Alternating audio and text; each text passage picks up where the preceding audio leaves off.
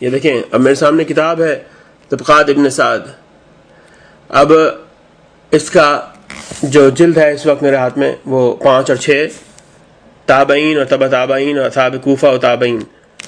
اب اس کا میں آپ کے سامنے جلد کھول رہا ہوں. یہ صفحہ نمبر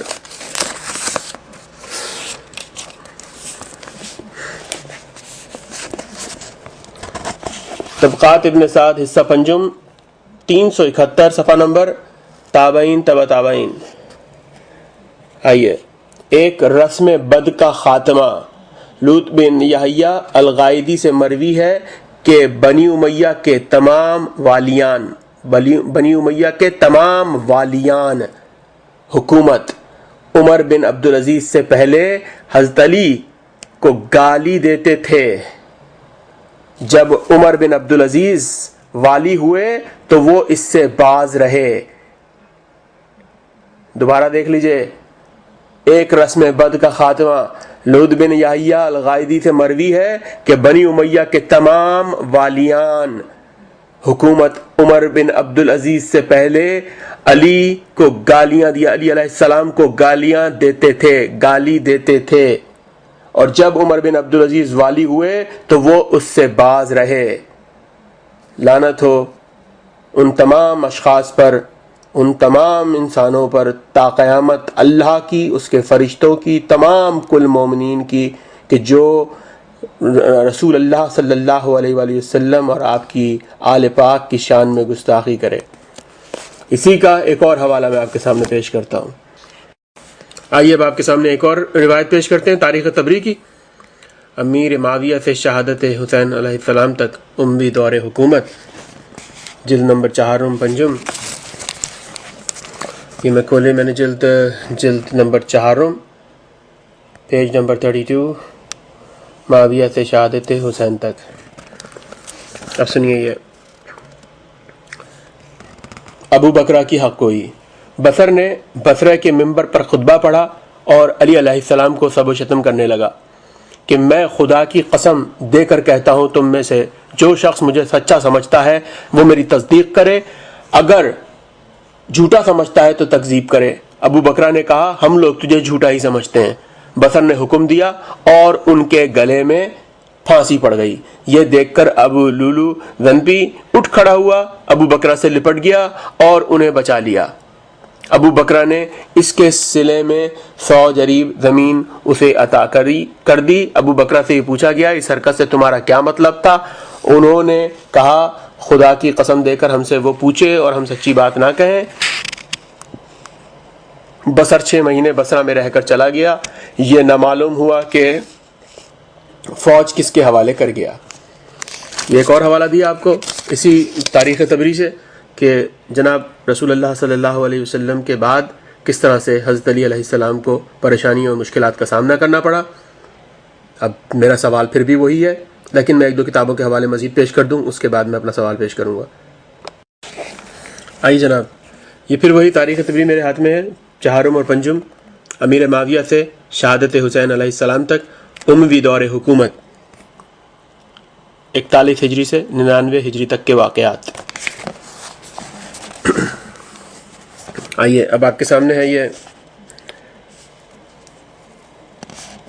میرے پاس صفحہ نمبر 113 تاریخ طبری حصہ 4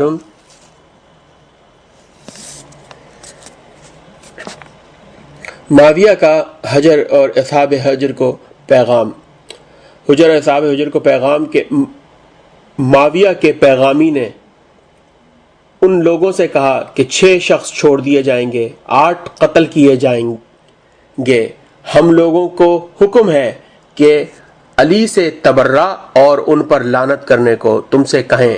اگر تم ایسا کرو تو تم کو چھوڑ دیں ورنہ تم کو قتل کریں. استغفر اللہ. معاویہ کا خیال ہے کہ خود تمہارے ہی ہم وطنوں کی گواہی سے تمہارا قتل کرنا ان کے لیے جائز ہو چکا ہے، مگر انہوں نے معاف کر دیا ہے. تم اس شخص پر تبرہ کرو تو ہم سب کو چھوڑ دیں گے. ان لوگوں نے کہا خداوند ہم سے تو یہ فعل کبھی نہیں ہو سکے گا، بس ان کے لیے قبروں کے کھودنے کا حکم دے دیا گیا، قبریں کھودنے لگیں، کفن سب کے لیے آ گئے۔ رات بھر یہ لوگ نماز پڑھتے رہے۔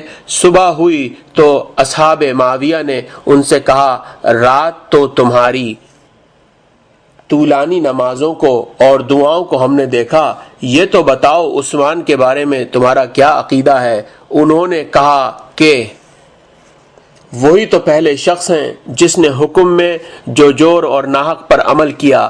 یہ سن کر اصحاب معاویہ نے کہا، معاویہ نے تم کو، یہاں پر یہ لفظ امیر المومنین لکھا ہے معاویہ کے لیے، لیکن میری زبان اس سے پہلے کٹ جائے کہ میں معاویہ کے لیے لفظ امیر المومنین استعمال کروں۔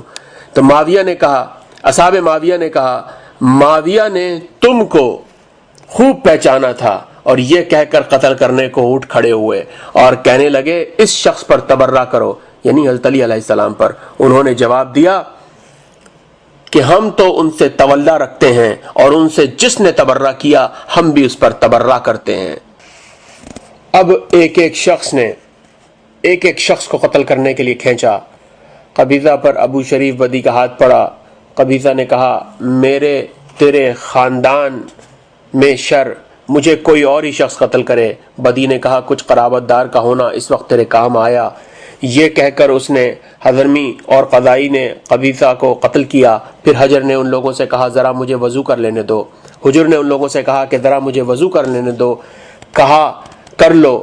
جب وضو کر چکے تو کہا، 2 رکعت نماز بھی پڑھ لینے دو۔ بخدا میں نے جب کبھی وضو کیا ہے 2 رکعت نماز ضرور پڑھی ہے۔ کہا، پڑھ لو۔ حجر نماز پڑھ کر واپس آئے اور کہنے لگے، واللہ اتنی مختصر نماز میں نے کبھی نہیں پڑھی۔ اگر یہ بات نہ ہوتی کہ تم خیال کرو گے کہ مجھے موت سے اضطراب ہے تو جی چاہتا تھا کہ اس نماز میں طول دیتا۔ پھر کہا، خداوند ہم لوگ تجھ سے مدد چاہتے ہیں۔ اس امت کے مقابلے میں اہل کوفہ نے ہمارے خلاف گواہی دی اور اہل شام ہم کو قتل کر رہے ہیں، اور واللہ اگر تم مجھ کو قتل کرتے ہو تو سن رکھو کہ مسلمانوں میں پہلا شخص ہوں، میں ہوں جو وادی شام میں ہلاک ہوا، اور پہلا میں ہوں جن پر یہاں کے کتے بھونکے۔ یہ سن کر یکچشم ہدبہ قضائی نے تلوار کھینچے ہوئے ان کی طرف بڑھا اور ان کے ہاتھ پاؤں میں تھرتھری پڑ گئی۔ ہدبہ نے کہا، ہاں تم تو سمجھتے تھے کہ موت سے تم کو اضطراب نہیں، لو میں تمہیں چھوڑ دیتا ہوں، اپنے صاحب سے برات کا اقرار کر لو۔ حجر نے کہا، کیوں کر مجھے اضطراب نہ ہو، دیکھ رہا ہوں قبر کھدی ہے، کفن سامنے پھیلا ہوا ہے، تلوار سر پر کھینچی ہوئی ہے، اور واللہ اس اضطراب میں بھی ایسا کلمہ منہ سے نہ نکالوں گا جس سے خدا ناراض ہو۔ یہ سن کر ہدبہ نے ان کو قتل کیا۔ پھر سب بڑھے اور ایک ایک کر کے قتل کرنے لگے، یہاں تک کہ 6 آدمی قتل ہو گئے۔ اب میرے خیال میں آپ کے سامنے تھوڑی سی حالات واضح ہوئے ہوں گے ان تمام کتابوں کے، کہ ان کتابوں میں اور کیا کچھ لکھا ہوا ہے۔